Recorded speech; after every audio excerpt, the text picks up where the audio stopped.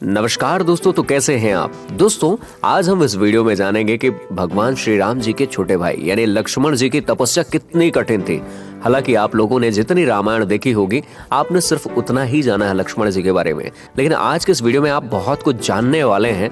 लक्ष्मण जी की तपस्या कितनी कठिन थी, उन्होंने अपने आप को कितना योग्य बनाया, आज हम इस वीडियो में जानेंगे। तो आइए शुरुआत करते हैं इस छोटे से वीडियो की। इस वीडियो को पूरा जरूर देखिएगा, क्योंकि आधी अधूरी जानकारी इंसान को कुछ नई बातें नहीं सिखा सकती, इसलिए इसे पूरा जरूर सुनिएगा। प्रभु श्री राम जी के तीनों भाई अर्थात लक्ष्मण, भरत और शत्रुघ्न उनकी बहुत सेवा किया करते थे। वे प्रभु श्री राम जी को अपना पिता समान मानते थे और उनकी आज्ञा का पालन किया करते थे। प्रभु श्री राम जी के साथ लक्ष्मण वनवास गए हुए थे, यह तो सभी को मालूम है। और प्रभु श्री राम और लक्ष्मण जी में बहुत ज्यादा स्नेह और प्रेम था। रावण के साथ जब महाभयंकर युद्ध हुआ था, तब लक्ष्मण जी ने रावण के पुत्र इंद्रजीत का वध किया था। लक्ष्मण जी ने इंद्रजीत का वध कैसे किया था, आइए अब हम सुनते हैं। प्रभु श्री राम जी जब रावण से युद्ध कर अयोध्या वापस लौट रहे थे, तब उनसे मिलने अगस्त्य मुनि अयोध्या पहुंचे। दोनों में लंका में हुए युद्ध के बारे में चर्चा होने लगी। उस समय प्रभु श्री राम जी ने बताया कि किस तरह उन्होंने रावण और कुंभकर्ण जैसे वीरों का वध किया, और अनुज लक्ष्मण ने भी इंद्रजीत और अतिकाय जैसे शक्तिशाली असुरों का वध किया। तभी अगस्त्य मुनि बोले, हे भगवान, रावण और कुंभकर्ण प्रचंड वीर थे, परंतु सबसे बड़ा वीर रावण का पुत्र इंद्रजीत ही था। इंद्रजीत ने अंतरिक्ष में हुए युद्ध में भगवान इंद्र को बंदी बना लिया था और उन्हें लंका ले गया था। और ब्रह्मा जी इस बात से बहुत ज्यादा परेशान थे। तब ब्रह्मा जी ने इंद्रजीत से दान के रूप में इंद्र को मांगा था। तब उसके दिए दान के कारण भगवान इंद्र मुक्त हुए। लक्ष्मण ने उसका वध किया और केवल वही उसका संहार भी कर सकते थे। अगस्त्य मुनि जी से लक्ष्मण की वीरता की प्रशंसा सुनकर प्रभु श्री राम बहुत प्रसन्न हुए, साथ ही वे अचंभित भी हुए। उन्होंने अगस्त्य मुनि जी से पूछा, ऐसा क्या था कि केवल लक्ष्मण ही इंद्रजीत का वध कर सकता था। तब अगस्त्य मुनि ने बताया, हे प्रभु, इंद्रजीत को वरदान था कि उसका वध वही कर सकता था जो 14 वर्ष तक ना सोया हो, जिसने 14 वर्षों तक किसी स्त्री का मुख भी ना देखा हो और जिसने 14 वर्षों तक भोजन भी ना किया हो। तब प्रभु श्री रामचंद्र जी कहते हैं कि परंतु मुनिवर, मैं वनवास काल में 14 वर्षों तक नियमित रूप से लक्ष्मण के हिस्से का फल फूल उसे देता था। मैं सीता के साथ एक कुटी में रहता था और बगल की ही कुटी में लक्ष्मण निवास करता था, तो सीता का मुख भी ना देखा हो और 14 वर्षों तक ना सोए, ऐसा कैसे हो सकता है। तब प्रभु श्री राम जी की सारी बात समझकर अगस्त्य मुनि मुस्कुराए। प्रभु श्री राम स्वयं भगवान थे, उन्हें लक्ष्मण के बारे में सब कुछ पता था, परंतु वे चाहते थे कि लक्ष्मण के तप और वीरता के बारे में अयोध्या की प्रजा को भी ज्ञात हो।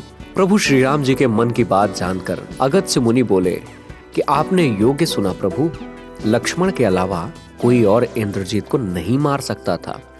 इंद्रजीत के वध के बाद महाराज विभीषण ने भी श्री राम जी से कहा था कि रावण के पुत्र इंद्रजीत का वध देवताओं के लिए भी संभव नहीं था, उसे तो केवल लक्ष्मण जैसा ही कोई महायोगी मार सकता था। अगस्त्य मुनि ने श्री राम जी से कहा कि क्यों न लक्ष्मण से ही यह बात पूछी जाए। लक्ष्मण जी आए तो प्रभु श्री राम जी ने कहा कि लक्ष्मण, आपसे जो भी पूछा जाए उसे सच सच कहिएगा। तब प्रभु बोले कि हम तीनों 14 वर्ष तक साथ रहे, फिर भी तुमने सीता का मुख कैसे नहीं देखा। तुम्हें खाने के लिए मैंने फल दिए, फिर भी तुम 14 वर्ष बिना भोजन कैसे रहे, और तुमने 14 वर्ष तक सोया भी नहीं, यह कैसे हुआ। तब लक्ष्मण जी कहते हैं कि भैया, जब हम भाभी को तलाशते ऋषिमुख पर्वत पर गए तो सुग्रीव ने हमें उनके आभूषण दिखाकर पहचानने को कहा था। आपको स्मरण होगा कि मैंने उनके पैरों के आभूषण के अलावा कोई अन्य आभूषण नहीं पहचान पाया था, क्योंकि मैंने कभी उनके चरणों के ऊपर देखा ही नहीं। 14 वर्ष नहीं सोने के बारे में लक्ष्मण जी ने बताया कि आप और माता एक कुटिया में सोते थे और मैं रात भर बाहर धनुष पर बाण चढ़ाए पहरेदारी करता था। निद्रा देवी ने मेरी आंखों पर पहरा करने का साहस किया था, तो मैंने निद्रा देवी को भी अपने बाणों से भेद दिया था। तब निद्रा देवी ने हार कर स्वीकार किया कि वह 14 वर्षों तक मुझे स्पर्श नहीं करेंगी, परंतु जब श्री राम जी का अयोध्या में राज्याभिषेक होगा और मैं उनके पीछे सेवक की तरह छत्र लिए खड़ा रहूंगा, तब वह मुझे घेरेंगी और आपको याद भी होगा कि राज्याभिषेक के समय नींद के कारण मेरे हाथ से छत्र गिर गया था। लक्ष्मण जी ने आगे बताया कि जब मैं वन से फल फूल लाता था तब आप उसके 3 भाग करते थे।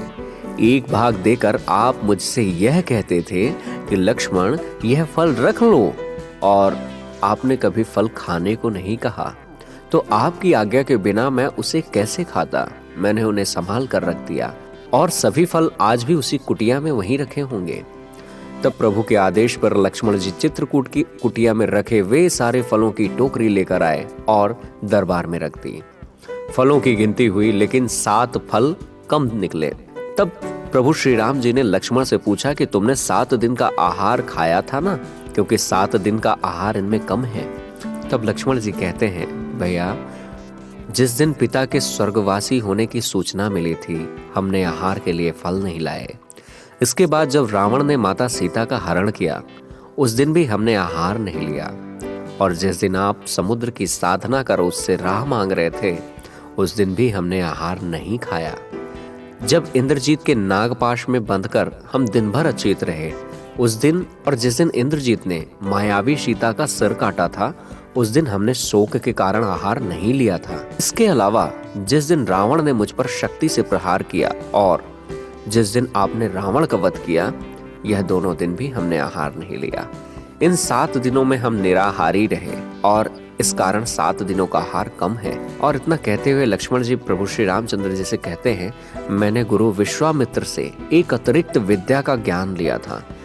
इसमें बिना अन्न ग्रहण किए रहे भी किस प्रकार जीवित रहा जा सकता है, उसी विद्या से मैंने अपनी भूख नियंत्रित की और इंद्रजीत को मार गिराया। दोस्तों, लक्ष्मण जी की 14 वर्षों की इस कठिन तपस्या के बारे में और उनकी भक्ति के बारे में सुनकर आपको कैसा लगा? प्रभु श्री रामचंद्र जी उनकी भक्ति से भाव विभोर हो उठे और उन्होंने लक्ष्मण जी को अपने गले से लगा लिया। तो दोस्तों, लक्ष्मण जी की तपस्या ये जानकर आपको कैसे लगी? अगर अच्छी लगी हो तो इस ऑडियो वीडियो के लिए एक लाइक, कमेंट और शेयर। मैं हूं आपका दोस्त आरजे संजय गुप्ता सतना। ऐसे भी और भी जानकारी सुनने के लिए हमारे इस चैनल को सब्सक्राइब करें। बहुत बहुत शुक्रिया, बहुत बहुत धन्यवाद।